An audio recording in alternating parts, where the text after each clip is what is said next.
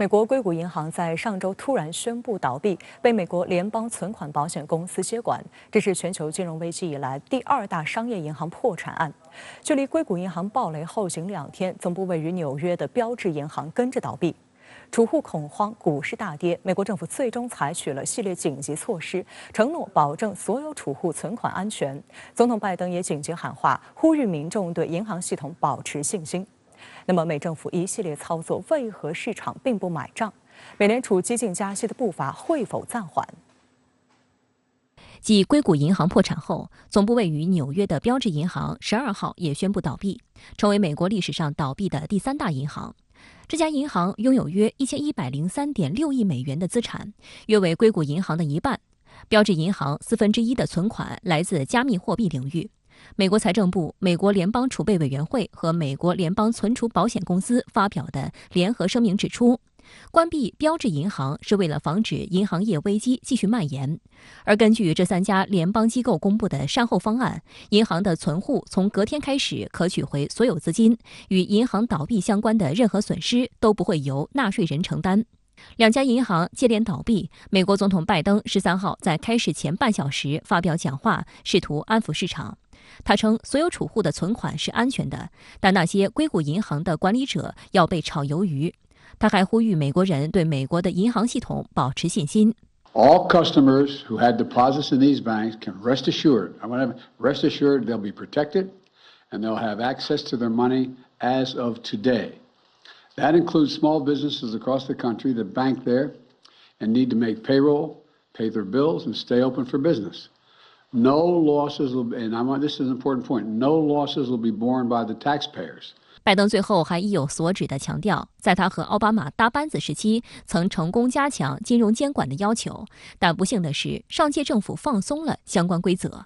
During the Obama-Biden administration, we put in place tough requirements on banks like Silicon Valley Bank and Signature Bank, including the Dodd-Frank law to make sure that the crisis we saw in 2008 would not happen again. Unfortunately, the last administration rolled back some of these requirements.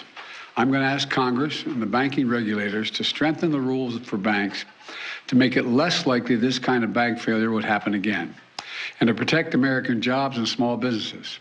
但被拜登暗示要为监管松懈负责的前总统特朗普，随即在自己社交平台发文称，鉴于美国经济当前走势以及有关美国史上最大增税的提议，不难发现，拜登政府或将成为现代版的胡佛政府。我们将经历一场比1929年更大、更严重的大萧条。作为证据，银行已开始倒闭。特朗普的发言人还告诉美国商业内幕称，民主党人和拜登政府继续可悲地试图将他们的失败归咎于特朗普。不过，拜登在讲话中就强调，政府不会保护银行投资者，他将要求国会和监管机构加强针对银行业的监管法规，以防类似事件重演。美国财长耶伦当天也表示，政府不会考虑对硅谷银行展开大规模救助行动。During the financial crisis, there were investors and owners of systemic large banks that were bailed out, and the reforms that have been put in place means that we're not going to do that again, but we are concerned about depositors and are focused on trying to meet their needs. 白宫的紧急措施与拜登的信心喊话也未能挽救市场信心。硅谷银行13号恢复营业后，各个营业点门前都排起了取款长龙。虽然上周收盘后，美国各银行的市值已蒸发1000多亿美元，但美国多家区域银行股13号开市后仍继续大跌。其中，美国西海岸的阿莱恩斯西部银行开盘下跌76%，第一共和银行下跌67%，显示投资者担心出现系统性蔓延。硅谷银行被关闭，成为2008年9月以来美国最大的银行关闭事件。分析普遍认为，硅谷银行暴雷显示出美国金融监管的脆弱。台湾时事评论员雷倩分析称，硅谷银行倒闭不是蓄意的宽松放贷所致，更多是源于美联储试图解决美国经济问题时，在很长的时间只有量化宽松政策一招进行大放水。当2022年美联储忽然之间开始加息，在短短的时间中间，从0.25一路的就拉到4点多的时候，他现在他手中的这些产品跟现在市场上可以有获得的利率中间相差的非常大。所以它两边是没有办法轧平的。这个没有轧平的主要的问题，其实是来自于美联储忽然加息。这种忽然的加息，其实没有一个公司可以面对。今天绝对不是一个单一的银行的问题，它虽然是个独立事件，但是它不是一个单一事件。它的最重要的原因是环境在做剧烈的改变，而有能力改变环境的是美国的政府、美国的联准会，现在还加上了美国的财政部。硅谷银行破产危机更让多国风声鹤唳。